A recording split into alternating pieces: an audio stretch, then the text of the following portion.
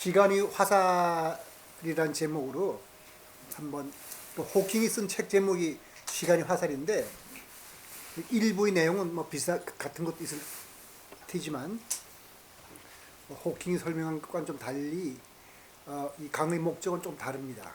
그래서 예비적 고찰로서 먼저 강의 내용하고 강의 목적에 대해서 한번 설명을 드리겠습니다.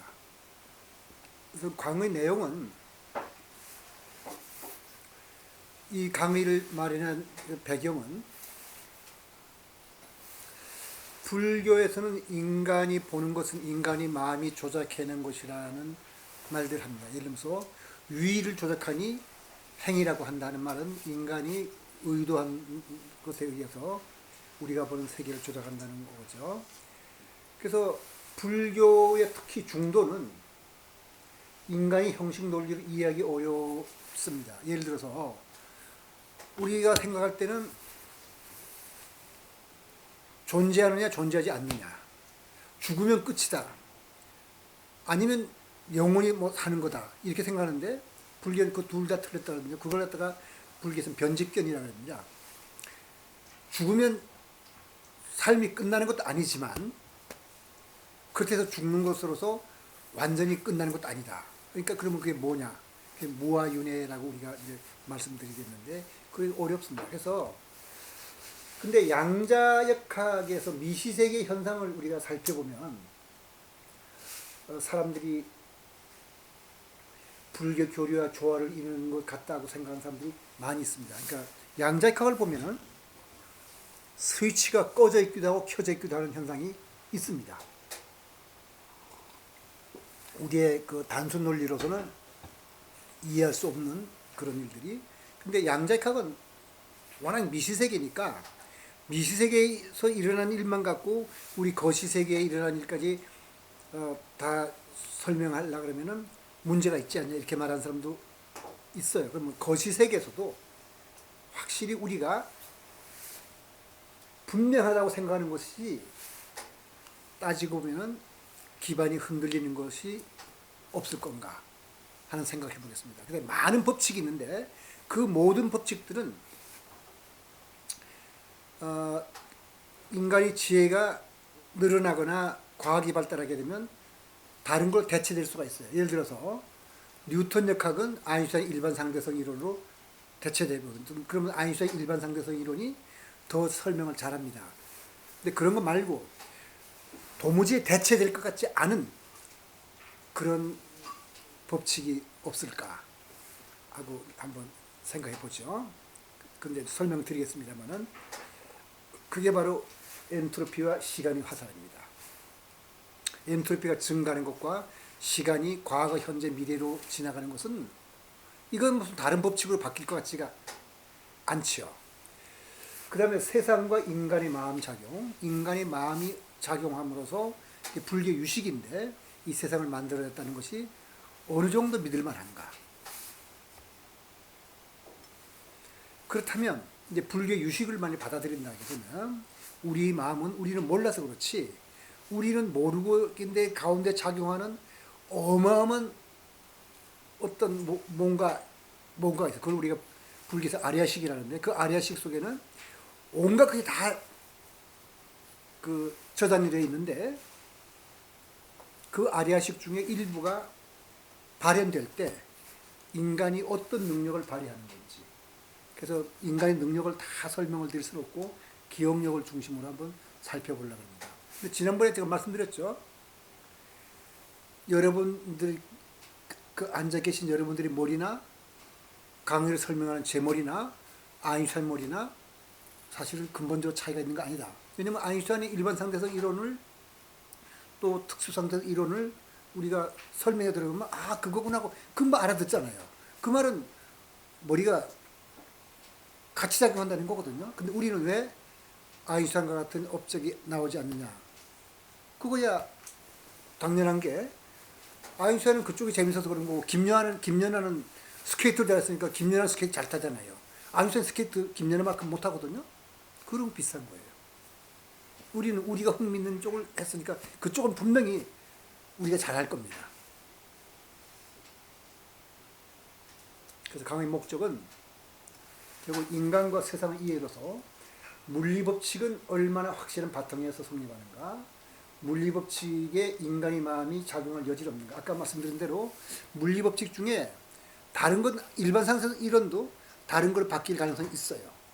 양자역학도 언젠가 또 딴 걸 바뀔 수 있을 것 같은데 그렇게 바뀌지 않을 것 같은 것이 바로 연력학 제2법칙입니다. 그게 엔트로피 증가의 법칙인데, 그래서 과거, 현재, 미래를 향하는 시간의 화살은 얼마나 의심의 여지가 없는가. 지금으로서는 이것과 연력학 제2법칙과 이것을 같이 보는데 얼마만큼 확실할까. 우리가 그러면 확실하고 믿는 것은 얼마나 확실한가. 우리는 삶과 죽음, 선과 악 등을 다 나눠가지고 그건 뭐 분명하다 생각하는데 과연 그럴까. 이런 걸 한번 살펴보죠. 그리고 우리의 가지고 있는 가능성을 믿고 인간의 잠재력을 개발할 필요가 있습니다. 그래서 한번 불교 유식학이 우리한테 어떤 가능성을 우리한테 말해주는지, 그리고 불교 유식학은 또 물리법칙하고 어떻게 조화를 이룰 수 있는지 이런 걸 살펴보기로 하겠습니다. 먼저 연력학 제2법칙은 이런 말이 있습니다. 에딩턴이라는 사람은 여러분 기억날지 모르겠지만은 아인슈타인이 중력장이 있으면 태양과 같은 무거운 별이 있으면은 빛을 이렇게 휘게 만든다고 그랬잖아요. 그 휘게 만든다는 것을 관측하기 위해서 1차 대전 때 브라질까지 간 사람입니다. 그러면서 1차 대전이 터지는 날 1914년 어느 날 밤 조교가 문을 두드리면서 선생님 큰일 났습니다. 세계 대전이 일어났습니다 했더니 했단 말 기억나죠? 네. 뭐야 하더니 에이 그까짓 것 가지고 지구에서는 일어나는 것 같고 뭐 이렇게 말했던 사람이 이 사람이 그 사람이에요. 이 사람이 한 말이에요. 내가 보기에 엔트로피가 항상 증가한다는 연력학 제2법칙은 다른 모든 물리법칙에 우선한 최상의 법칙이다. 만일 당신이 세운 물리법칙이 연력학 제2법칙이 된다면 더 이상 미래를 갖지 말고 포기하길 바란다. 이런 말을 할 정도로 제가 보기에도 에딩턴만 아니라 제가 보기에도 다른 모든 물리법칙은 과학이 발달하면 보다 나은 법칙으로 바뀔 수 있겠지만 엔트로피 증가의 법칙은 바뀌지 않을 것 같아요. 근데 엔트로피 증가의 법칙이라는 건 우리가 한번 지난 시간에 강의했는데 지난 시간이 너무 많아가지고 여러분들이 좀 머리가 혼란스러웠을 것 같아서 오늘 복습을 한번 하기로 했는데, 복습을 하는데 그 볼츠만의 생각물 중심으로 엔트로피를 살펴보겠습니다. 먼저 엔트로피라는 것은 기초 개념이라는 것은 엔트로피를 이해하기 위해서 볼츠만의 생각을 따라가 보는데 이렇게 서로 붙은 두 개의 상자를 네 가지로 보는데 케이스와는 이렇게 한쪽에는 기체가 있고 한쪽에는 비어져 있습니다. 이걸 열어놓으면 여기 지금 칸막이 이걸 열어서 이렇게 보면 어떻게 되냐면 우리가 알다시피 이쪽에는 기체가 다 이쪽으로 와서 양쪽 기체 압력이 온도와 압력이 같아질 것처럼 이렇게 골골 퍼지겠죠. 이거 우리가 그냥 그럴 거라는 걸 다 알아요. 근데 왜 이럴까? 이걸 한번 생각해 보고요. 그래서 온도가 뜨거운 것과 찬 것이 이렇게 두면은 온도가 중간쯤 돼가지고 낮은 것보다는 찬 것보다는 따뜻하고 뜨거운 것보다는 조금 덜 따뜻한 그러한 중간쯤 온도에서 섞일 겁니다. 같아질 거예요. 이것도 우리가 뭐 이해하는 건 어렵지 않아요. 그 다음에 여기에 보다시피 두 가지 종류의 다른 기체를 뒀어요. 이렇게 여기는 노란 기체, 여기는 보라색 기체. 그러면 여기 구멍을 열어두면은 기체가 왔다 갔다 섞여가지고 노란 기체가 보라색 기체가 섞여서 이제 다 평형 상태에 돼버릴 겁니다. 이것도 우리가 쉽게 그럴 거라는 거 이해하죠. 그 다음에 여기는 똑같은 종류의 기체예요. 여기도 왔다 갔다 할 거예요. 뭐가. 그런데도 우리는 변화를 관찰하지 못해요. 왜냐면 여기에 같은 놈, 이놈하고 여기 놈이 같은 기체를 하면 둘이 갔다 왔다 했는데도 우리가 이 변화를 모를 겁니다. 여기에서 볼츠만이 천재가 작용하는 거죠. 왜냐면은 네 가지 경우 모두 고립계라 해서 외부에서 어떤 열을 주거나 빼앗아 가지 않는 이런 고립계인데, 근데 이제 클라우시우스라는 사람이 열역학의 열기관을 연구하다 보니까 항상 엔트로피가 증가한다는 걸 발견하는데, 엔트로피라는 것은 고전 열역학적으로는 정의를 못하고 엔트로피 변화만 정의할 수 있어요. 그리고 델타란 말은 항상 변화하는 뜻인데, 엔트로피 변화는 항상 절대 온도분의 그 계에 들어간 열이다 해서 이 엔트로피는 항상 감소하지는 않는다. 증가하거나 변하지 않을 수 있지만 적어도 감소하지 않는다. 그 아까 세 가지 경우 다 성립되는 거예요. 아까 이 경우에는 변화가 없으니까 아마 이퀄이 델타 엔트로피 0이 되겠지만 나머지는 다 엔트로피가 증가해야 되는데, 근데 뭐가 증가했냐 이거죠. 여기 볼 때 도대체 이 경우에서 엔트로피가 증가했다는데 뭐가 증가했냐, 우리가 알 수 있는 물리 법칙을. 그래서 여기 보면은 네 가지 경우 모두 증가한 것은 계의 에너지나 부피, 온도, 화학적 조성은 절대로 아니에요. 똑같은 거 있었으니까. 도대체 뭘 증가했다는 걸까? 엔트로피가 증가한다 그러는데 그건 다른 걸로서도 이 단계에서 볼츠만은 앞의 네 단계에서 증가한 것은 분자들의 배열과 관계에 있음을 깨달았어요. 분자가 한쪽에 몰려있다가 빈 공간에 퍼졌잖아요. 그죠?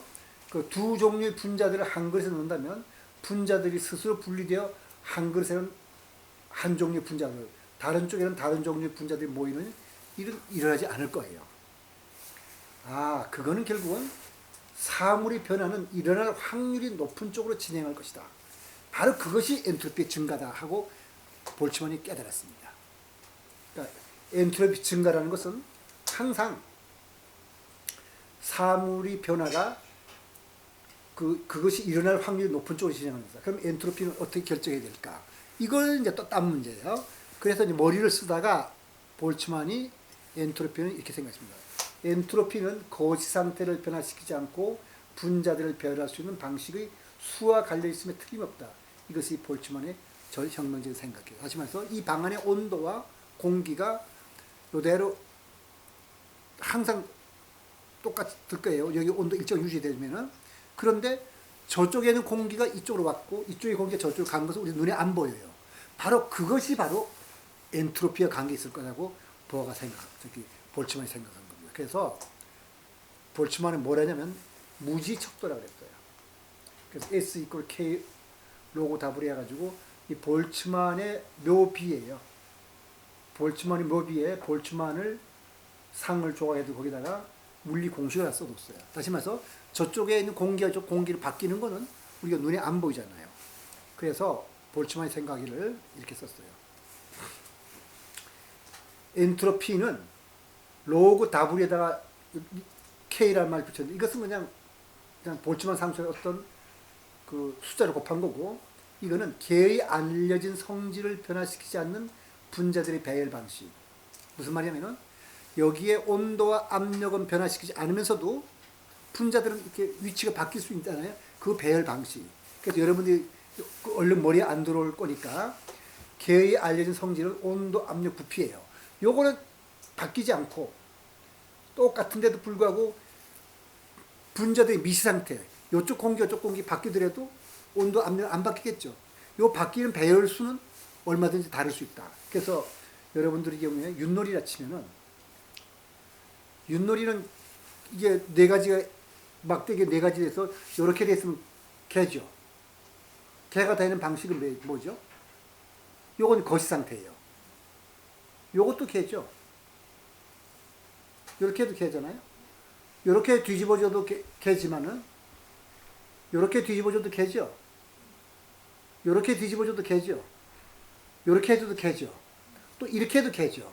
아, 상태는 개란 상태지만 개를 만드는 유수히 뒤바뀌는 가지수는 6개죠. 마찬가지로 똑같은 온도, 압력, 부피가 된다 하더라도 분자들이 배열하는 방식은 많을 거다. 바로 그게 엔트로피다. 이렇게 생각한 겁니다. 근데 그 엔트로피를 이제 물리 공식에 맞춰서 하려다 보니까 개의 알려진 성질을 바뀌지 않는 분자들의 배회를 하는 방식, 그 다불에다가 로그를 붙였어요. 로그를 붙여야 큰 숫자가 작아지고, 그쵸? 작아지고, 엔트로피는 더 셈이 되는데, 더 할 수 있게끔, 이렇게, 이런 건, 요거, 중요한 건 요것이고, 요 앞에 붙인 것은 물리학자들이 자기들이 알고 있는 상황에 맞도록 조정한 거가 돼요. 그래서 여러분들은 그냥 엔트로피 하면은 개라 그럴 때, 우리는 개라 그러지만, 개를 만드는 가지수가 6개다. 바로 그게 엔트로피와 관계가 있다. 이렇게 생각하시면 될 겁니다. 그래서 근데 개의 알려진 성질이야 누구에게 알려진 성질을 뜻하는가? 그래서 이런 말 할 수 있어요. 상자 속에 있는 모든 분자들이 위치와 속도를 아는 초인이 있어서 슈퍼맨이 있어가지고 우리는 모르는 이 미시세계 정보를 다 알고 구별한다면 그에게는 자신이 아는 상태에 대한 분자의 배열은 딱 한 가지밖에 없어요. 모든 배열에 대해서 그 상태를 다 알기 때문에 그에게는 다분히가 1이고 엔트로피는 0이에요. 따라서 엔트로피는 개의 절대적인 성질이 아니라 주관적입니다. 엔트로피는 개에 대하여 우리가 관찰자가 가지는 정보에 따라 달라지거든요. 따라서 우리가 개에 대해서 모든 것을 알면 엔트로피는 0이에요. 따라서 이렇게 말할 수가 있겠네요. 우리가 개에 대해서 가장 적게 할 때 엔트로피는 최대값을 가지게 되므로 볼츠만은 엔트로피는 개의 세부 운동에 대한 우리의 무지를 나타내는 측정값이라고 봤어요. 이 맞는 말이에요. 다시 말해서 엔트로피는 우리가 가진 정보의 결여와 관련된 이야기다.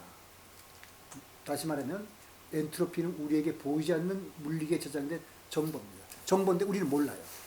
엔트로피는 개에 존재하는 분자의 무지수 정도를 재는 척도가 돼서 보이지 않는 정보가 엔트로피다. 이렇게 정하게 되면 엔트로피가 높다는 말은 그만큼 우리가 거기에 세부 상태를 모른다는 얘기가. 그럼 이제 볼츠만 정리를 어떻게 하면은 이렇게 돼 있어요. 우리가 지난번에 했던 거죠. 고립계에서는, 그러니까 고립된 계에서는 총 엔트로피 배를 항상 증가하거나 일정하며 결국 감소하지는 않아요. 그러니까 얼음의 경우에는 물보다는 얼음이 엔트로피가 낮은데 그럼 왜 한강물을 오느냐? 엔트로피 감소했지 않냐 그러는데 그거는 감소한 게 아니고 한강물은 감소했지만은 한강물은 고립계가 아니었기 때문에 공기 중으로 열을 뺏기고 들어갔을 거예요. 공기까지 넣으면 엔트로피는 증가했을 거예요. 그래서 고립계에서 총 엔트로피 변화는 항상 증가하거나 일정을 감소하는데 거꾸로 진행할 가능성이 있어요.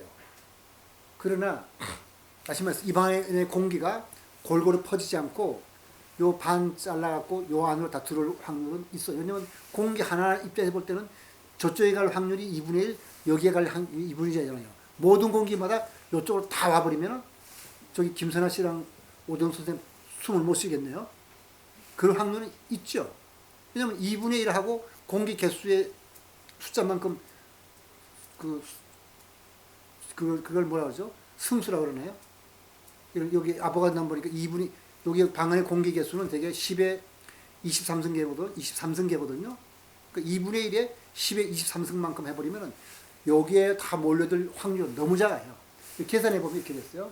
원숭이 10억 마리 곱하기 10억 마리가 1초에 문자 10개로 친다고 할 때 우주가 시작한 날에 15 곱하기 10억 주 동안 치면 그중 한 마리가 햄릿 1마리, 햄릿 점 액1 점 C1 점이라고 칠 확률이 이것밖에 안 되니까 실제로 저 방 안의 공기가 이쪽으로 몰려들 확률은 거의 없는 거죠. 그 말은 뭐죠? 자연의 변화는 이쪽으로 몰려드는 것보다는 저쪽으로 다 퍼진 것이 무질서하니까 자연의 변화는 질서에서 무질서의 방향으로 진행한다는 뜻이다. 다시 말해서 일어날 확률이 큰 쪽으로, 그러니까 무질서 쪽이 더 상태 수가 많으니까 큰 변화가 진행되는데 이걸 근데 잘못 설명하는 경우가 있더라고요. 그래서 내가 이걸 따로 갖고 왔어요. 이게 인터넷 보면은 우리가 인터넷을 보면 주의할 경우는 거기 다 전문가들이 나와서 하긴 하는데 좀 덜 전문가가 하게 되면 조금 틀리는 경우가 있어요. 여기 보면 그래요. 여기 보면 이 사람 이제 한번 볼까요? 화학과 물리학에 매우 중요한 정보가 있습니다. 물리 과정이 왜 한쪽으로만 진행하는 표현해준다. 녹았어요. 커피에 크림이 섞이는지, 구멍난 타일 공기가 빠지. 이게 다 엔트로피가 증가하고 있는 거죠. 이 엔트로피이고 이해하기 매우 힘든 개념입니다. 엔트로피 무질서 단위 설명한 경우도 있습니다. 이게 무질서하잖아요. 편리한 설명이 하지만 안타깝게 틀린 말입니다. 요 말이 틀렸어요. 그래서 내가 이걸 입을 갖고 온 거예요. 부서진 얼음 조각일까요? 상온의 물 한 컵. 이게 엔트로피가 높거든요. 이 사람은 이쪽이 엔트로피가 낮고 그쪽이 무질서하다는데 그게 아니고 계산해보면 잘못 생각한 거예요. 이 사람이 잘못 생각한 건 뭐냐면은 무질서라는 건 뭐냐면 이걸 무질서라는 거예요. 처음부터 엔트로피를 질서와 무질서의 개념으로 설명하는 것이 잘못이라는 것. 그래서 확률의 개념으로 설명해서 옳다는 것. 이게 잘못된 설명이에요. 무질서의 개념과 일어날 확률이 높다는 것은 같은 개념, 같은 말입니다. 그래서 거시적 조건이 같을 때 분자들이 취할 수 있는 상태수가 많다는 것을 뜻하고 그것이 일어날 확률이 높다는 걸 뜻해서 그것이 무질서의 정무예요. 그러니까 이 사람 생각에는 얼음이 깨져 있는 거가 삐뚤삐뚤하니까 무질서하고 물이 이렇게 퍼져 있으니까 질서 있는 것 같은데 그게 아니고 계산해 보면 그 물이 취할 수 있는 상태에서 훨씬 많거든요. 그걸 처음부터 무질서라고 정의하는 거예요. 그러니까 우리가 이렇게 아빠 그런 강의를 듣게 되면은 뭔가 착각을 할 수가 있는데 그게 아니고 무조건 하고 무질서의 개념과 일어날 확률이 높다는 것은 같은 개념이라는 것을 제가 말씀드리고 싶어서 그럽니다. 그래서 그것이 무질서의 정의예요. 따라서 질서의 상태는 일어날 확률이 낮아요. 왜냐하면 취할 수 있는 그 상태에서 작으니까 무질서 상태는 일어날 확률이 높아요. 그거 당연한 게 예를 들면 여기에 지금 7사람이 앉아 있는데 가만뒀어요. 이게 무질서거든요. 그러면 앉을 수 있는 방법은 몇 개죠? 의자 7개만 쳤다 치죠. 그냥 7개만 있다 치면 마음대로 앉으라 그러면은 7개를 앉는 순서 여러분들 고등학교 때 배웠죠? 7헥토리알만큼 될 거예요. 그죠? 7 곱하기 1 곱하기. 근데 그게 하죠. 여기 순서대로 가나다 순으로 앉으시면 질서죠. 그 앉는 방법은 하나밖에 없죠. 그 바로 그겁니다. 질서와 무질서라는 것은 이런 확률이 높은 것, 낮은 것. 이제 그러면 엔트로피를 이제 했으니까 시간이 화살을 한번 봅시다. 시간이라는 건 왜? 자, 우리가 경험하는 시간은 흐르고 있는 것처럼 보이고 그 흐름에는 방향이 있는 것처럼 보여요. 어떻게 보이냐면 타임스 에러, 타임 방향은 여기에 공기가 이렇게 질서 상태에 있다가 이렇게 흐트러져서 이렇게 퍼지는 것 같은데 우리 생각에는 여기서 이쪽 방향으로 시간이 흐르는 거지 여기서 이쪽 방향으로 흐르는 것 같지는 않죠. 이게 무질서하던 공기가 모여서 이렇게 모이는 이런 방향으로 흐르는 것 같지 않죠. 이렇게 흐르는 것 같아요. 우리 눈에. 그러니까 시간의 흐름을 우리가 시간의 화살이라고 부르는데 기본적인 물리법칙은 시간이 거꾸로 흘러 똑같이 흘러요. 이걸 우리가 CPTC 흐름이라고 하는데 뉴턴 역학도 그렇고 양재값도 그렇고 또 다른 근데 기본적인 물리법칙은 시간을 거꾸로 흘러도 똑같이 성립하는데 왜 시간의 화살은 과거, 현재, 미래로 나가는 걸까? 뉴턴 방정식은 우리가 시간을 거기 마이너스로 우리가 타임이라 부르던 것을 마이너스 타임이라 t라 불러도 똑같이 성립해요. 그래서 이런 게 여기에 이제 이 집이 여기서 폭파하면은 이렇게 될 수는 있지만 여기다 폭탄을 터뜨리면 이렇게 될 수는 있지만 여기서 폭탄 터뜨리면은 이 나무들이 막 날아가 갖고 이렇게 되지는 않죠. 이게 바로 엔트로피의 증가거든요. 그러니까 시간의 화살이고, 그러니까 건물이 폭파되어 건축자재가 흩어지는 것을 보면 이건 자연스러워요. 그러니까 이렇게 시간이 흐른다고 봐요. 그런데 여기에 있는 건축자재들이 어떻게 여기 폭탄이 터져가지고 여기 건축자재 확 날아가가지고 이렇게 되는 거. 이거는 벽돌과 나무 및 못등 건축자재를 쌓아놓은 건축자재 창고에서 다이너마이트가 폭발했거든요. 건축자재들 제멋대로 날아다닐 텐데 제멋대로 날아다니니까 건축자들이 무슨 이렇게 멋진 벽돌집이 만들어지는 방법은 없을까? 안 될 겁니다. 시간이 가서는 이렇게는 안 흘러요. 우리 생각에. 그게 바로 질서에서 무질서예요. 자연을 가만히 두면 고립계에서는 질서에서 무질서를 행해요. 이렇게 이 사람이 가만두면 여기에는 분자와 여기에는 분자가 섞여서 이렇게 돼요. 이렇게는 안 흘러요. 그러니까 이것이 시간이 화살이죠. 그 다음에 이 사람이 벽돌 던지는데 이렇게 되지 않거든요.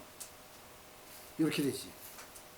따라서 자연은 가만히 두면 고립계의 질서에서 무질서 행하는데 이것을 연력까지 제2법칙이라는데 바로 질서에서 무질서 행한다. 이게 바로 엔트로피 증가입니다.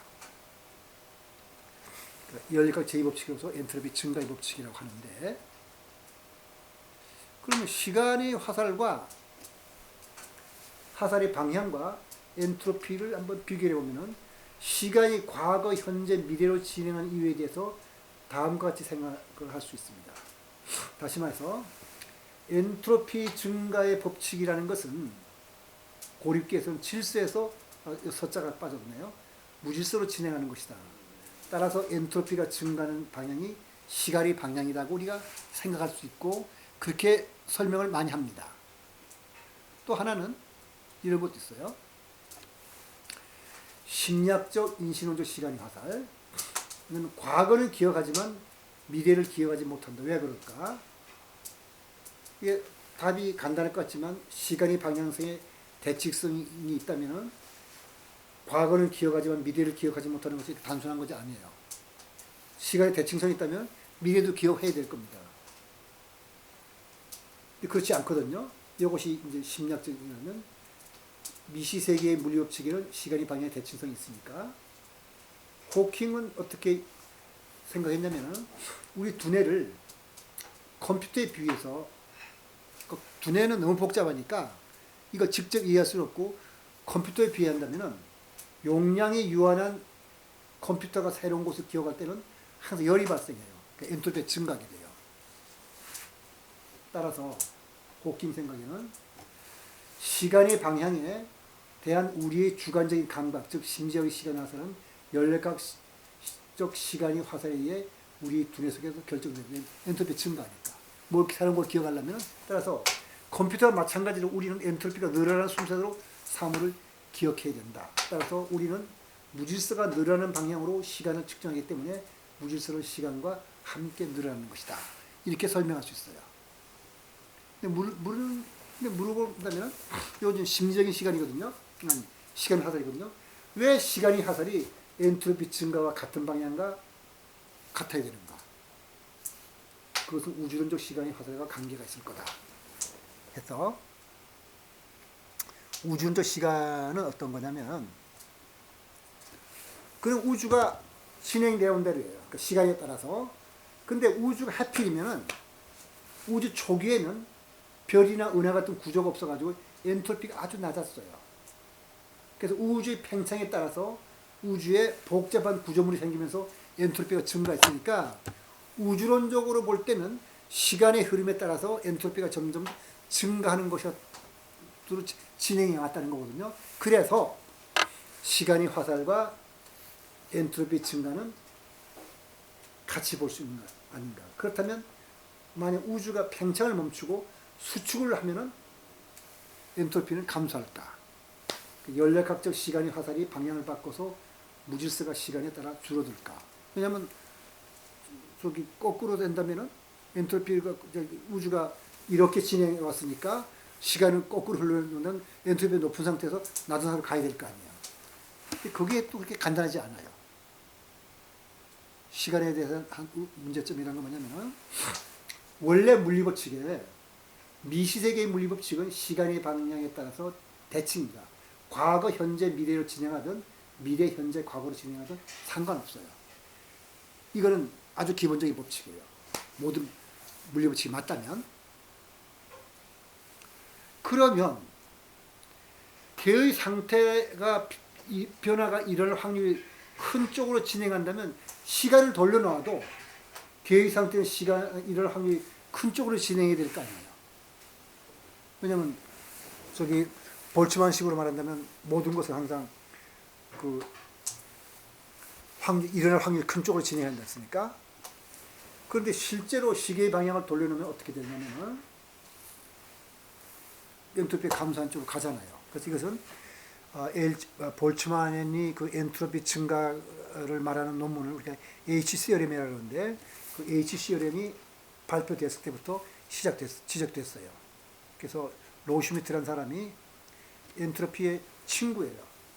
혹시 여러분 중에서 그 보면은 로슈미트는 대학 동료 루드비 볼츠만의 친구였고 기체 분자 운동론에서 연력학 제법칙을 해서 볼츠만 시도에 비판했습니다.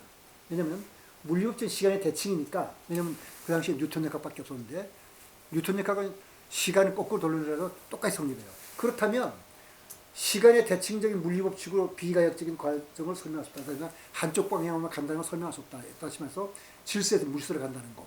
왜냐하면 거꾸로 돌려놓으면 거기서도 일어날 확률이 큰 쪽으로 갈 테니까 엔트로피가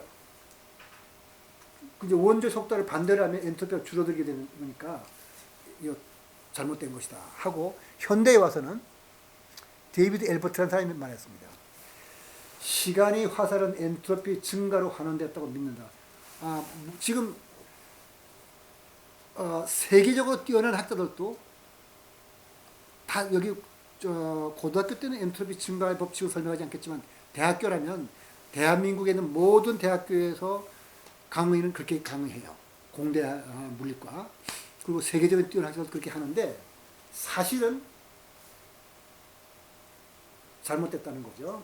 철학자 데이비드 엘버트는 이 멋진 논리에서 한 가지 문제점을 짚어냈어요. 이 사람이 데이비드 엘버트는 1954년생으로서 철학자지만은 이 사람은 박사학위까지는 물리학을 한 사람이에요. 그래서 뉴턴의 법칙들은 시간 가역적이다. 다시 말해서 시간을 반대 방향으로 돌려놓다 하더라도 뉴턴 법칙은 그대로 성립해요. 그럼 많은 입자들로 구성된 계에서 입자들이 일어날 확률이 높은 쪽으로 움직인다면 시간을 거꾸로 돌려놔도 입자들 확률이 높은 쪽으로 움직일 거니까 엔트로피가 시간을 거꾸로 돌려서 감소할 리가 없잖아요. 계속 증가만 하지. 그럼 뭐가 잘못되지 않았느냐. 그러니까 엔트로피는 시간을 거꾸로 감아도 여전히 증가하게 될 거다. 그럼 우주의 역사를 바꿔서 시간을 거꾸로 돌려놓으면 엔트로피가 본래 낮은 상태로 갈 거냐. 안 갈 거다는 거죠. 그럼 도대체 엔트로피의 증가의 법칙으로서 시간의 화살을 설명하는 것이 무슨 근거냐. 이것은 사실은 그렇게 간단하게 해결된 문제가 아닙니다. 모두들 이렇게 말해요. 엔트로피가 증가하는 방향대로 시간이 흐르는 걸로 본다고 해서 설명을 하는데 나도 물론 대학교에서 강의할 때는 그렇게 할 거예요. 그 세계적인 물리학자도 그렇게 하지만은 이 사람이 지적한 대로 그게 간단하죠. 다시 말해서 우리가 믿는 것은 시간의 화살은 과거, 현재, 미래로 질서에서 물질서로 쭉 가는 거잖아요. 근데 그게 이론적인 근거가 없다는 얘기예요. 고전적 엔트로피가 한쪽 방향으로 일방향의 증가에 의존하는 시간의 화살은 통계학에서도 여전히 말썽거리 남아있어요. 다시 말해서 엔트로피가 증가하는 방향대로 시간의 화살도 과거, 현재, 미래로 진행되는 것은 아직 물리학에서 말썽거리 남아있고 물론 연력학의 제법칙은 실험적으로 잘 알려진 사실이고 시간의 해설도 경험적으로 잘 알아요. 그러나 이론적으로 이들을 설명하는 것은 다른 문제예요. 이들을 이론적으로 설명할 수 없다면 이들 법칙의 현상이 정말 옳다고 자랑할 수 없으니까 우리가 시간이 왜 과거, 현재, 미래로 가는지는 수곡기예요. 그런데 거기에서 설명하는 방법이 또 한 가지가 있어요. 다시 말해서 물리학자들은 볼츠만의 H정리에 문제점이 있다는 사실을 잘 알고 있음에도 그 문제에 대해서 입을 딱 다물어요. 항상 세상은 질서에서 무질서로 가고 있고 엔트로피 증가하고 있고 그것이 시간의 방향이라고 하지 더 이상 말을 하지 않아요. 아까 데이비드 엘버트 같은 사람이나 지적을 하지요. 그러면 시간의 화살에 대해서 다른 방법은 없나? 요게 이제 불교 유식하고 연결되는 점입니다. 이것이 과학적으로 증명됐다든지 그런 말을 하는 건 아니고 바로 양자론적 시간이 허사입니다. 양자역학은 다음 달부터 할 거거든요. 다음 달 여기 오늘이 1월 달 첫 번째 강의고 2월 달에 바로 양자역학이 들어가는데 오늘이 유식학을 하는 이유가 양자역학은 관찰자와 관찰 대상과의 관계를 말해서 인간의 마음이 그 물리 현상을 만들어내는데 깊숙이 관여했을지도 모른다는 그런 의견이 있기 때문에 아니 그런 학자들도 많기 때문에 유식학을 한번 살펴보고 싶어서 오늘 이 강의를 마련한 건데 자 양자역 이제 이건 다음 번부터 양자역 할 때 설명을 드리겠습니다만 양자역학에 의하면 객관적인 실제는 없어요. 관찰자가 보기 때문에 그렇게 보이는 거예요. 관찰자 측정에 의해서 개는 그 모습을 달리하죠. 그 다음에 양자역학에서는 한번 측정이 일어나면 그 개는 측정자의 상태가 되돌릴 수 없어요. 이건 맞아요. 그러니까 관찰자의 한번 관찰하고 나면 시간의 대칭성이 깨져버려요. 지금 문제가 되는 건 시간의 대칭성이 계속 살아있기 때문에 문제가 되는데 양자역학에 의하면 한번 관찰하게 되면 시간의 대칭성이 깨져요. 그러면 시간의 화살은 양자역학의 측정과 관련이 있다고 볼 수가 있어요. 논란이 있지만 관찰자가 의식을 가진 관찰자로 한다면 시간의 화살은 우리 마음이 만들어낸 것일 수 있어요. 다시 말해서 관찰자가 의식을 가진 관찰자냐 아니냐는 문제는 논란이 있지만 어떤 논란이 있는지는 그때 설명드리고 그렇다면 다시 말해 인간의 관찰에 의해서 시간의 대칭성이 깨졌기 때문에 이제 엔트로피는 항상 증가하게 됐고 시간이 한쪽 방향으로만 흐르게 돼 있다 한다면 불교 견해와 같고 양자역학으로는 아주 쉽게 설명이 되는 셈입니다. 시간 대칭성을 깨뜨렸으니까. 네. 그래서 이제 여기서 인간의 유식불교가 양자역학의 해석에 어떤 일정한 기여를 할 수 있는 가능성이 지금 있다는 걸 제가 보여드린 거거든요.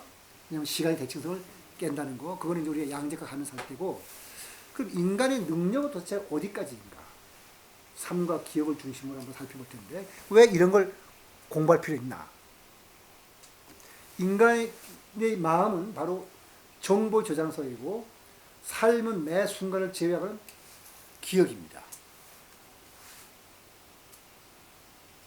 그러니까 보통 사람은 적당히 기억하고 적당히 잊고 살죠. 잃어버린 거 어디로 갔냐? 어디 가지 않았어요. 어디가 저장돼요. 지난번에 여러분들한테 생각난 말씀드린 적이 있는데 여기 헨리 몰레슨 얘기를 제가 했는데 생각나시는 분 있을까요? 20초만 기억하고 그 이상은 기억 못하는 사람. 그래서 병원에 입원했는데 환자랑 간호원하고 이 얘기하다가 5분 뒤에 다시 만나면 또 안녕하세요 하고 또 인사하는 사람. 네. 20초 이하의 단기 기억만 있고 그 이상의 장기 기억이 없는 사람의 삶은 어떤 의미를 가질까? 그리고 그 기억은 어디로 갔을까? 또 반대의 사람 있어요. 모든 것을 기억하는 사람도 있어요. 오늘 보여드릴 텐데 이 사람은 모든 걸 다 까먹는 사람이고 이 사람은 모든 걸 다 기억하는 사람이에요. 모든 것이 이까지 지낸다면 그 삶은 어떤 의미를 가질까? 이런 걸 왜 공부하냐?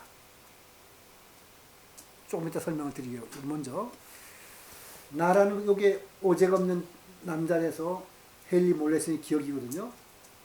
나라는 것은 내가 살아온 과정이라 할 수 있다.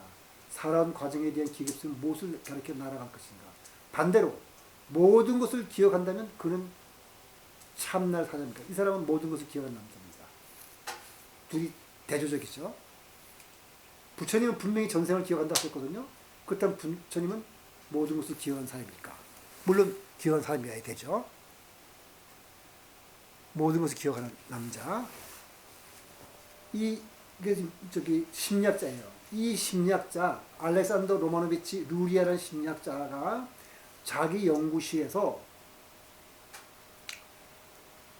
이 솔로몬 세르스키의 기억을 이렇게 조사를 한 사람입니다. 이 사람은 러시아 출신의 세계적인 심리학자이고 모스크바 대학의 심리학과 창설했고 거짓말 탐지기의 원리를 최초로 발견한 사람으로서 이 사람이 이 사람의 기억력을 연구한 거예요. 그런데 이런 걸 왜 우리가 공부할 필요가 있나? 자, 한번 얘기해 볼게요. 1920년대 중반에 한 남자가 루리에를 찾아왔어요. 그 남자는 어느 신문사에 근무를 하고 있었는데 자기네 편집국장이 루리에를 찾아보고 자기 신문기자인데 자기 기자가 편집국장이 너 빨리 루리에 찾아보라 그런 거예요. 그래서 그 남자 말에 의하면 그 남자가 다니던 신문사에서는 편집국장이 매일 아침마다 기자들을 불러놓고 이런저런 지시를 하는 거예요.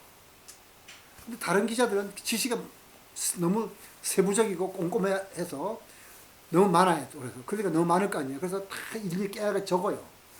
근데 루리아는 그냥 듣기만 하고 적지 않는 거예요. 그러니까 아니 상급자가 자기가 지시하는데 딴 사람은 다 열심히 적는데 한 사람은 그냥 가만히 있으면 기분 좀 나쁘잖아요. 그래서 불렀어요. 왜 너 내가 지시한 거 받아 안 적어 했더니 이 사람이 뭐라고 할게요? 나 다 기억할 필요 없는데 다 아는데요? 그런 기자는 국장이 한 얘기를 이름, 일적, 일에 줄줄이 토시 하나 안 빼고 다 아는 거예요. 그래서 국장이 깜짝 놀라가지고 기자에게 이것저것 물어봤더니 모르는 게 없는 거예요, 그냥. 뭐, 어디서 일어날 거다. 그래서 기자가 오히려 당황했어요. 아니, 남이 한 얘기를 고스란히 기억하는 게 뭐가 그리 대단하다고 그러대요? 그 사람은 자기가 남들하고 다른지 몰랐어요. 다른 사람들도 다 기억하는 줄 알고 도대체 왜 국장이 한지 놀라가지고 그는 자신이 남과 다르다는 것을 세르셉스키가 자신이 남과 다르다는 것을 이해하지 못해가지고 이제 그렇게 뭐라니까 편집국장이 하는 아니 자네는 희한한 사람이니 어서 루리아 심리연구소에 찾아가 보라 그래서 왔다는 거예요. 그래서 루리아가 조사를 했어요. 루리아를 찾아왔을 때 세르세키는 막 30대 된 나이였는데 아버지는 서점을 운영했고 어머니는 책을 무척 좋아했으며 형제 자매 가운데 몇 명은 균형 잡힌 영재에 속했어요. 근데 그냥 그 정도지 가족 가운데 특별한 정신질환 상태는 없었어요. 그 다음에 에스란 그 세르셉스키는 특별한 인생 목표도 없었고 뚜렷하게 정해진 계획도 없어요. 그냥 살아간 사람인 거예요. 그는 자기가 왜 심리연구소까지 찾아가는지 이해할 수 없은 표정이었거든요. 그래서 어쨌든 편집국장이 가라 그래서 왔어요 했는데 루리아가 이제 조사해보고 한 말이에요. 이 루리아가 이제 기록한 걸 제가 쏜 거예요. 나는 이런저런 단어와 숫자 그리고 글자로 이루어진 열을 읽어주거나 종이에 적어 보여줬다. 에르셉스키는 내가 제시했던 순서대로 똑같이 반복했다. 숫자나 문자 열이 길어도 상관없이 그는 그대로 반복했다. 말도 못하게 문자를 한 수백 개를 써요. A, B, C, D 같은 이런 거를. 그 순서 막, 그가 딱 보여주면 딱 보고 그냥 다 아는 거예요. 그 숫자도 마찬가지. 내가 내놓은 제시어가 어떤 의미를 갖건 그냥 무의미하건 상관이 없다. 그냥 보는 데 다 외우니까. 결국 나는 그의 기억 용량이 무한하다는 사실을 인정할 수밖에 없다. 그러니까 그 책 제목이 모든 것을 기억하는 남자입니다. 근데 이런 걸 왜 공부할 필요가 있을까요? 실험 중에는 15년이나 16년 뒤에 과거에 제시됐던 문자를 떠올려보라고 이거 계속 연구하니까. 그래서 오늘 이제 내가 세르스키를 만나가지고는 내가 15년 전에 이 사람한테 저기 이거 보라고 했던 거 있잖아요. 그거 한번 너 뭔지 알겠어 하면 아는 거예요. 그것도. 그는 문자의 길이나 시간과는 무관하게 다 기해놨다. 이때쯤 세르셉스키는 전문 기억술사로서의 명성을 떨치고 있기 때문에 그의 머리에는 내가 이전에 불러준 것 말고도 수만 개가 넘는 문자일이 있었을 텐데 그 중에서 다 그냥 아무거나 아는 거예요. 15년 전에 거, 16년 거 다. 믿으시나요? 근데 이런 걸 공부할 이유가 또 왜 필요하겠어요? 근데 필요해요. 근데 그 필요한 일을 좀 이따 설명할 텐데, 그는 공감각을 가지고 있었어요. 공감각이라는 건 시네시시아라 해가지고, 눈으로 보통의 경우에는 눈으로 보고 뭐 들을 수는 있고 귀로서 눈으로 본 거에서 뭐 색깔을 볼 숫자 색깔을 보고 이 정도인데 불교에 보면 천태대사라는 분이 설법할 때 이런 말합니다.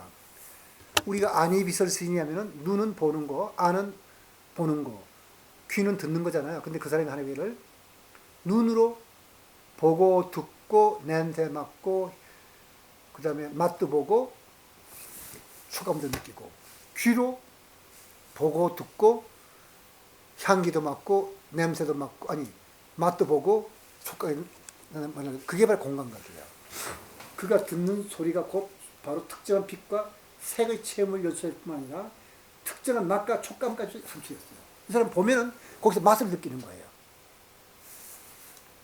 그 SBK는 시각과 청각, 촉감, 미각, 청각을 구분하는 경계선이 없어요. 눈으로 맛도 보고 냄새도 맡고 소리도 알아들리고 그 미술하는 사람은 칸딘스키도 그런 사람이에요. 음악 소리를 듣고 그림을 그리는 거거든요. 자, 인간의 능력에는 한계가 없는 것 같아요. 몇 가지만 더 살펴보는데 이것은 우리가 모르고 있는 우리 마음의 깊이를 알아보는데 우리가 모르고 있는 우리 마음의 깊이라는 것은 어떤 정보의 저장이 있는데 이게 뭐겠어요? 여기서 엔트로피라고 말하고 싶은 거죠. 그러면 기억의 달인들에 대해서 한번 살펴보죠. 왜 그럴 가치가 있는지. 그 가치를 참 알기 어려운데 여기 제인 구달을 봅시다. 제인 구달은 제인 모리스 구달이라고 하지 않고 데임이란 말을 붙여요. 이 데임은 뭐냐면은 존칭어거든요. 남자한테는 써 그런 것처럼 여자한테는 데임이라고 붙여요. 데임이란 말을 붙였단 말은 이 사람의 연구 결과가 너무나 가치 있고 훌륭하기 때문에 영국 왕실에서 기사자기를 줬어요. 여자한테 기사자기를 주면서 붙인 이름이 데임입니다. 그만큼 가치 있다는 얘기인데 뭐냐면은 1960년부터 10년간 보노보라 그러는 난쟁이 침팬지 연구에 일생을 바친 거거든요. 처음에 저는 제인 구달을 이 얘기를 들었을 때는 지금부터 한 4, 50년 전이라 그럴까 3, 40년 전이라 그럴 때 비웃었어요. 유명하다 그러길래 아니 인간에 대해서 연구하고 인간의 마음을 연구하거나 물리를 연구하거나 정치, 경제, 사회를 연구한다는 것은 그야말로 가치가 있어서 그걸 칭찬할 수 있지만 아니 그까지 원숭이 저 침팬지가 밀림 속에서 뛰어나는 거를 뭐 10년간 연구했다 가지고 유명해진다는 게 말이 돼 하는 게 제 생각이었어요. 그래서 한동안 한 10년 내지 20년 동안 그 생각을 가지고 제인 구달 얘기만 나오면은 비웃었는데 제인 구달 설명을 듣고 생각을 싹 바꿨어요. 제인 구달이 왜 자기가 처녀거든요. 처녀의 몸으로서 10년씩이나 그 인간의 보통 삶을 거의 포기한 거나 마찬가지잖아요. 아프리카 그 밀림에 가서 보노보 침팬지를 연구하는데 일생을 보냈냐. 바로 제인 구달이 내가 비웃었던 그 이유를 대는 거예요. 바로 인간을 이야기하는 것이다. 무슨 말이냐면은 정치, 경제, 사회는 인간이 어떻게 하고 어떻게 사는 게 좋으냐를 이해하기 위해서 하는 거니까 가치가 있고 물리학적으로 가치가 있고 침팬지 연구가 왜 그러냐 하는 그게 아니고 인간의 행동의 뿌리는 결국 그 진화론적으로 볼 때 이 침팬지나 이런 것의 원초적인 행동에서부터 근거를 두고 있기 때문에 침팬지 행동을 잘 연구하면 인간의 마음이라든가 인간의 행동도 이해할 수 있기 때문에 바로 인간을 이해하기 위해서 침팬지를 연구한다는 거거든요. 바로 그거예요. 오늘 제가 그 기억의 달인들을 연구하는 것도 바로 침팬지 연구로 기사의 자기를 받아 남자의 써에 해당하는 경칭 대임을 이름에 붙일 정도로 제인 구달 연구는 인정을 받는데 그 이유는 26세의 처녀가 아프리카 밀림지에서 침팬지 행동을 연구하는 일생을 바친 것이 무슨 뜻인가 의문을 가진 사람도 있죠. 있는데 바로 제인 구달에 의하면 침팬지 연구는 인간을 이해하기 위해서 필수적인 겁니다. 인간이 왜 폭력적인가? 진화론적 이렇게 뿌리가 있다는 거죠. 그렇다면 인간이 무엇인지 알기 위해 기억의 달인에 살펴보는 것도, 인간을 이해하기 위해서 침팬지 연구하는 것만큼 기억의 달인을 살펴보는 것도 의미가 있겠죠. 그럼 기억의 달인들을 한번 살펴봅시다. 이 사람들 침팬지보다 못할 리가 없잖아요. 이건 실제 모델이에요. 영화 레인맨의 모델 킹핏. 2009년에 죽었는데, 레인맨 영화 보셨나요?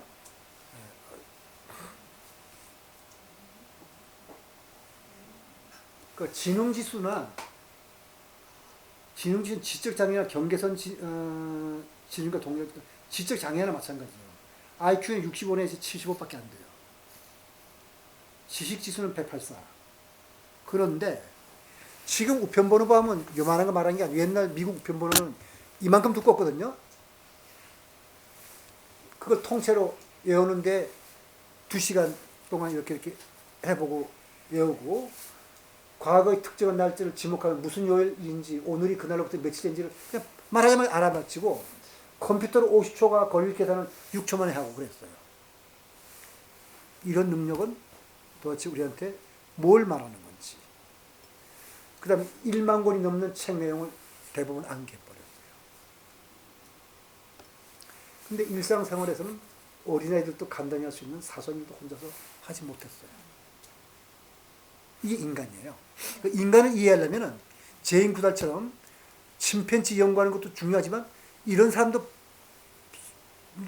이게 나랑 같은 어떤 우리가 다 있다는 걸 이해할 필요가 있어요. 이 사람은 도미니크 오브라이언으로서 이것은 마치 뇌가 섹스해진 책이라서 기억을 잘하는 법을 이 사람이 쓴 책이, 이대로 하면은 이 사람만큼 기억을 잘해진대요. 보통 사람의 지능과 기억력을 가졌지만 기억 훈련과 연습으로 초인적인 능력을 가진 사람이 바로 기억력 대회에서 8번 우승한 사람인데, 누가 지금 우리 김선아 씨 딸님은 학생이니까 기억을 능력을 높이고 싶은 뜻이 있을지 모르겠네요. 그럼 이 책을 한번 사다 보는 것도 괜찮아요. 오늘 한번 볼까요?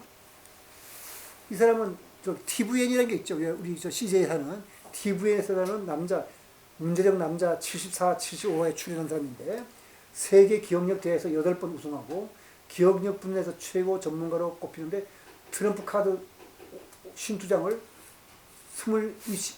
28초 만에 외웠고, 트럼프 카드 2808장을 한 번 보고 외우는 등 기네스북에 올라 있어요. 그 말이 2808장이 지금 깔아놔 보세요. 방 앞에 꽉 차 있잖아요. 그걸 딱 보고 그냥 외우는 거예요. 그 다음에 라스베가스에서 트럼프 순서를 외워서 다음에 나올 카드 예측하는 카드 카운팅으로 잭팟을 터뜨렸어요. 이렇게 하니까 뭐 잭팟 나올 거 아니에요. 그래서 출입 금지 명령을 받았어요. 근데 이 사람은 아까 같은 이상한 사람이 아니라 보통 사람인데, 기억력 훈련해서 통해서 이런 기억을 한 거예요. 그는 학창 시절 난독증으로 학습이 부진해 학교를 그만두고자 했는데, 어느 사람이 카드 52장을 순식간에 여는 모습을 보고 감명을 받아서 나도 해봐야지 하고 기억력을 갈고 닦은 거예요. 갈고 닦았더니 이런 기억력 천재가 된 거예요. 그 다음에 스티븐 월트쇼. 이 사람 뭐 하는 것 같아요? 근데 그냥 그리는 게 아니고 뉴욕시를 한번 이렇게 싹 둘러보고 그때 앞에 보이는 것을 장문 하나까지 놓치지 않고 다 그리는 거예요, 지금. 여기 있어요. KBS 스펀지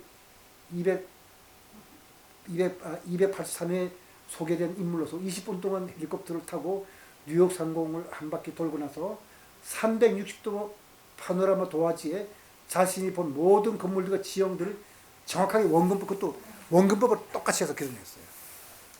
심지어 자기 말로는 빌딩의 창문 개수까지 전부 기억했다는 거예요. 이게 인간이에요.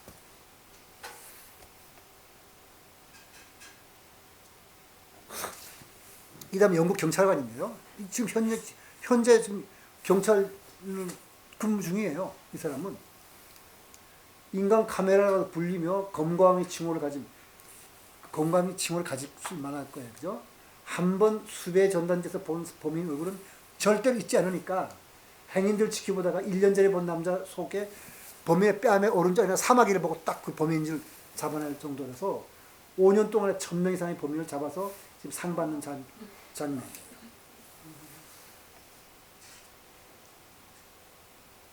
이거 지금 살아있는 사람들 얘기고요. 역사적인 인물로는 우리 유명한 임진왜란 때 유명한 사람 중에서 이순신 말고 두 번째로 유명하다면 유성룡을 꼽아야 될 거예요. 유성룡은 조선 왕조 실력에 하면 책 한 번 보면 다 애운대요. 근데 이제 하도 여기 기억의 달인만 나오니까 우리 집사람이 이걸 강의 준비하다가 이건 별거 아니네 그렇게 책 한 번 보고 애우는 거를. 그 다음에 안 한다. 우리가 저기 불경을 보는 거는 이건 그래거든요.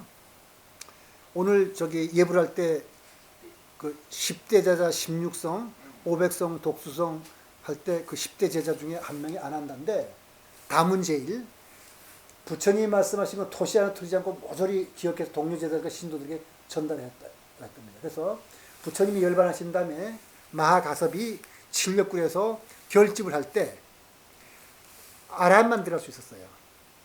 근데 이 사람은 아란이 아니었거든요. 못 들어가요. 근데 이 사람이 다 기억하니까 넣자고 하는데 딴 아란들이 자격이 아란 아니면 못 들어온다니까 못 하니까 이 사람이 그날 밤에 마하가섭이 이 사람을 이제 그 깨우치게 해서 그날 아침에 아란이 됐어요. 그리고 이제 들어갔는데 부처님이 말씀하신 걸 전부 다 기억해갖고 오늘날 우리 불경이 이 사람 기억한 것을 토대로 썼다는 거죠. 그러니까 769의 1차 결집에서 그 부처님이 말씀하신 걸 다 기억했다는 겁니다. 그 다음에 또 여러분들 컴퓨터 안 쓴 사람 없잖아요. 그죠? 여기 아주 고약한 말이 있어요.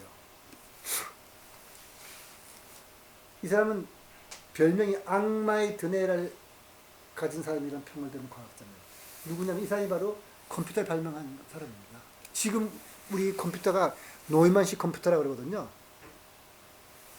근데 영어를 알고 있었으나 미국으로 오게 되면서 영어를 더 완벽할 필요가 있어 브리테니카 백과사를 통째해버렸어요. 브리테니카 대사 얼마나 두꺼운지 알죠? 이만큼 두껍거든요. 그걸 통째로 그냥 에워버렸어요. 그런데 또 더군다나 뭐냐면은 그 코넬 대학에 뉴욕에 있는 코넬 대학 아이비리그에 속하는 거죠. 코넬 대학에 누가 있었냐면은 한스 베테라는 물리학자가 있었는데 이 한스 베테도 상당히 뛰어난 물리학자예요. 이 사람이 이 노이만을 가르쳐서 이 사람은 사람이 아니고 그리스 신화에 나오는 반인 반신인데 반신이니까 얼마나 연기를 잘하겠어요. 인간의 연기를 너무 인간하고 똑같이 연기를 하기 때문에 사람들이 이 사람을 그냥 인간인 줄을 좀 속아 산다 이렇게 말할 정도로 한스 베테 감탄했어요. 그런데 이 사람은 분명히 초인적인 기억력을 소유했지만 반면 대수롭지 않은 것들은 기억하지 못했는데 이 사람이 이런 말이었어요. 저는 이 말 들으면요, 여러분이 어떻게 생각할지 모르는데 저는 이 사람 말이 맞다고 생각해요. 그래서 이런 걸 지금 강의하는 건데 If people do not believe that mathematics is simple 만약 사람들이 수학이 아주 간단하다, 단순하다는 것을 믿지 않는다면 그 이유는 It is only because they do not realize how complicated life is. 인생이 얼마나 복잡한 건가를 모르기 때문에 그런 소리 하는 거지. 제일 간단한 게 수학이다. 이렇게 말했어요. 근데 아마 조금 더 공부해 보시고 생각해 보면 이 말이 맞다는 걸 이상하죠? 보통 학교에서 공부해 보라 그러면 수학이 제일 어렵다 그러죠. 근데 그 반대라는 얘기죠. 인생에 배우면 그렇겠죠. 예? 인생에 배우면 수학이 쉽다고 생각할 수 있겠지. 아니, 인터넷 배워서 그런 게 아니고, 이제 배워서가 아니라 아마 본질이 그렇다는 그 얘기거든요. 예. 그 보통 사람이 이제 그렇다면, 이제 우리가 인간을 이야기해서 한번 기억의 달인을 살펴봤는데요. 기억의 달인들처럼 특별한 능력을 가진 사람들은 우리들과는 다른 특별한 사람들인가? 하고 한번 살펴보자고요. 그렇다면 그들의 능력을 살펴보는 것은 단순히 호기심을 충족시키는 것이 그다지 의미는 아닐 겁니다. 그런데 불교적 관점에서 보면 그들이 보인 능력은 우리 무의식의 잠재되어 있는 내용을 보여주는 겁니다. 없는 걸 끄집어낸 게 아니고 우리 아리아식에 잠재되어 있는 것을 그냥 끄집어낸 거예요. 그래서 뭐라 그러냐면은 뇌과학에서 이렇게 말하고 있어요. 우리의 기억은 사라진 것이 아니라 우리 무의식에 기억이 되어 있는데 우리가 검색을 못할 뿐이다. 우리 모두에게는 그만한 잠재력이 있어요. 불교에서는 신통력을 닦는 일은 대수롭지 않게 여길 뿐 누구나 수행하면 신통력을 닦을 수 있어요. 신통력을 닦으면 뭐 과거, 현재, 미래를 다 알 수 있는 거죠. 그러니까 그들이 보여준 능력은 우리 마음속에 들어있는 숨어있는 정보의 내용 중 일부를 보여주는 겁니다. 우리 아리아식에는 많은 우리가 모를 정보가 숨어있는데 그걸 보여주는 것입니다. 그래서 아리아식이 어떻게 되어 있냐. 유식불교에 의하면 표충의식은 여기 겉에 나타나는 거거든요. 우리 표충의식은 나, 너, 그 해서 다 이렇게 분리되어 있어요. 그러니까 바다에 보면은 독도가 있고 울릉도가 있고 제주도가 있고 대만이 있고 뭐 수많은 섬들이 다 나 있는 거. 근데 바다 밑으로 보면 그 섬들이 다 연결되어 있거든요. 그것처럼 아리아식에서는 이렇게 하나의 아리아식에서부터 이렇게 다 연결되어 있어요. 그러니까 표충의식은 다 다르지만 우리가 다 다르지만 심층의식에서 하나 있는데 아까 기억의 달인들이 기억한 것은 여기에 있는 것을 끄집어낸 거예요. 그 사람이 끄집어냈다면 나도 끄집어낼 수 있어야죠. 우리 모두는 한만입니다.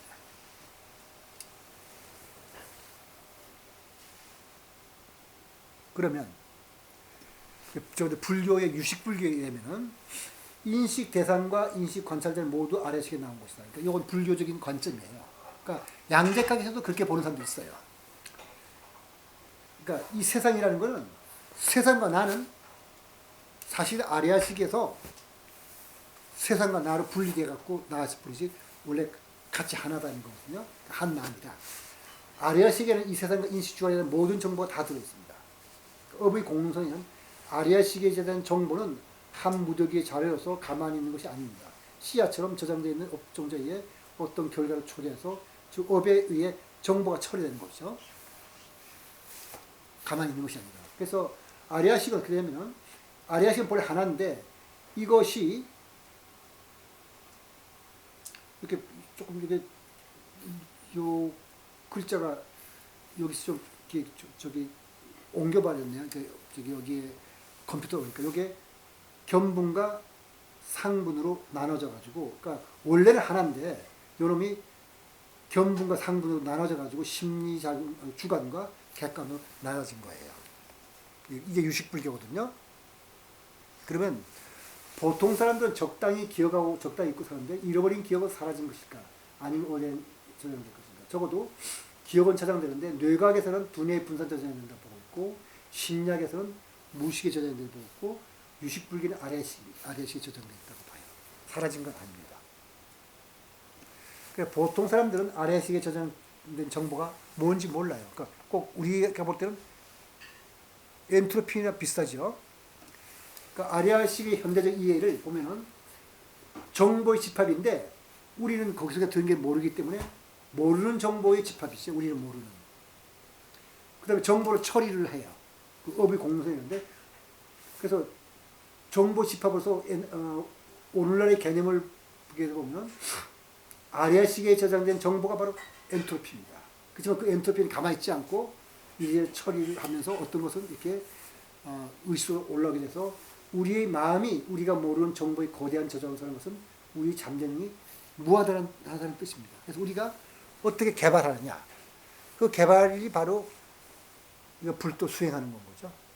그러니까 저기 불경에 보면은 우리가 바르게 살고 좌선하고 이런 얘기도 하지만 신통력 얘기도 나옵니다. 그러니까 우리가 불교에서는 신통력은 하찮게 여겨서 따로 신통력을 닦으라고 그러지는 않지만 공부하면은 그래 신통력도 닦을 수 있어서 아까 말씀드린 그 기억의 달인들이라는 것은 그렇게 이상한 게 아니고 우리도 그럴 수 있는 능력이다. 다시 말해서 제가 여기서 강조하고 싶은 것은 오늘은 우리의 일상적으로 보는 이 옳다 그르다는 것이 이제 불교에서는 다 뒤집어지는데 양자역학에서는 그렇게 뒤집어지는 걸 보여줄 수 있지만 거시세계에서는 잘 안 보이는데 지금 시간의 하서에서 그 근거가 애매하다는 걸 말씀드렸고, 뭘 더 이 강의에서 강조하고 싶은 거냐면 우리가 우리의 잠재된 능력을 믿으라는 겁니다. 그래서 지난번 강의에서도 아인슈타인 상대성 이론을 말씀드리면서 우리의 머리나 아인슈타인 머리나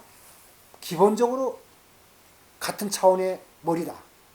그뿐만 아니라 기억이 다른 것처럼 우리도 그걸 끄집어낼 수 있다. 아까 오브라이언이라는 사람은 보통 사람 같은데 연습으로 그렇게 기억을 한 거거든요. 우리도 할 수 있어요. 아리아식은 바로 인간의 개척의 신천지입니다. 신천지를 개척하면 어마어마한 이익이 남잖아요. 그죠? 우리 스페인 사람들이 그 신대륙을 발견했을 때 가져온 이익은 뭐 전체 유럽의, 전 세계 부의 90%를 가졌다는 거거든요. 바로 그런 신천지가 무한히 남아있는 게 바로 우리 아리아식이니까 우리가 어떻게 우리 마음을 개발하냐에 따라서 우리한테는 무한한 가능성이 열려있다는 것을 말씀드리고 싶습니다.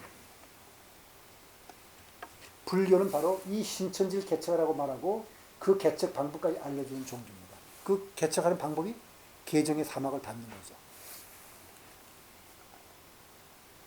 그래서 오늘 강의 여기서 마치도록 하겠습니다.